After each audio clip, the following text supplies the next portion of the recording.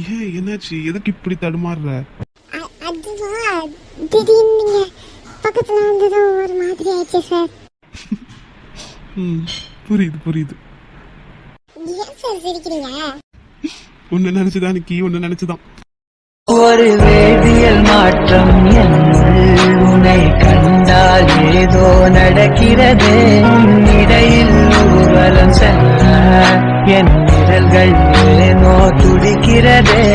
காதல் என் கவியே, நீ என் அருகில் வந்தாலே உலகம் ஏன் இருளுது, பகலிரவாய் மாறுது, வளைவினில் எல்லாம் வளைந்து சார் என்ன நிக்கி சொல்லுங்க.